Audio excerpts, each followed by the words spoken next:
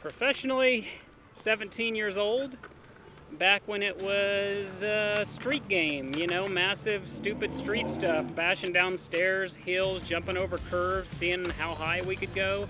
And then 30-year hiatus after the dark times, 30 years off skates, and I'm 4 months back at it.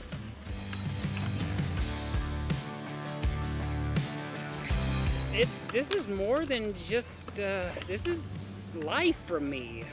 This is everything to me. If I fall, I have to get back up and keep going. It's like a life lesson.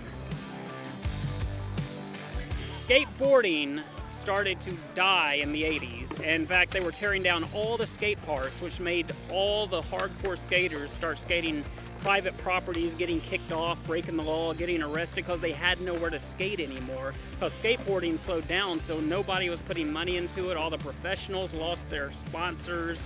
They had to get jobs, so they were just doing it for the fun again, but they were getting into trouble.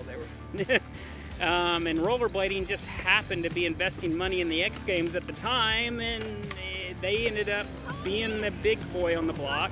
And skateboarders hated us because they had spent 30 years building this sport, which was now amounted to nothing, and we came out of nowhere and didn't have to work for it. So a little movie called Airborne came out, and the X Games, Rollerblade, the company, had invested in X Games, and they got their skating competition in there when people were doing some crazy air stuff. And then Chris Edwards, who's the godfather of rollerblading, he invented the grind. He invented all this stuff kids are doing now 30-something years ago, just because he was a madman and he was jumping off 2-story buildings into trucks and stuff and like getting major air. This guy had balls. But he came out with a movie called Airborne, and kids saw the first aggressive skating, like not just the little dance skate or the little going down sidewalks. This dude was doing stuff no one ever saw, and suddenly we all wanted rollerblades. And once we got on them, we were sold. We were like, we can go anywhere on these outside, you know?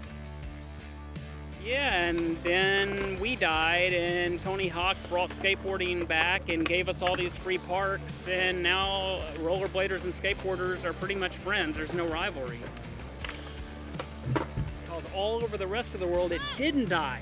It stayed alive and even bigger, and X Games continued to promote rollerblading over in the X Games in the other countries, but they killed it here. So it was bigger in other countries, and it stayed big, and it's still big. But American rollerbladers now can't get a sponsor here.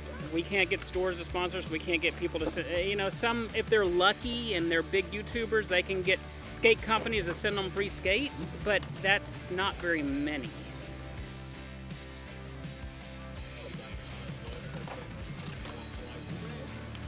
It's important because everybody's stuck on their phones 8 hours a day, eating processed junk food, becoming, you know, and then by the time they're going to turn 20, they're going to have health issues. They need to get outside, roll around, be active, be healthy, and enjoy the earth we have. And they need to stop being stuck in the house and being sedentary, because it's making people mentally and physically ill and not able to handle life. This is a way of life because you're out handling stuff and facing stuff. I mean, it just makes you grow as a person. Yeah. Yeah, see, that's what I mean by when people fall, they have to get up. That's a life lesson.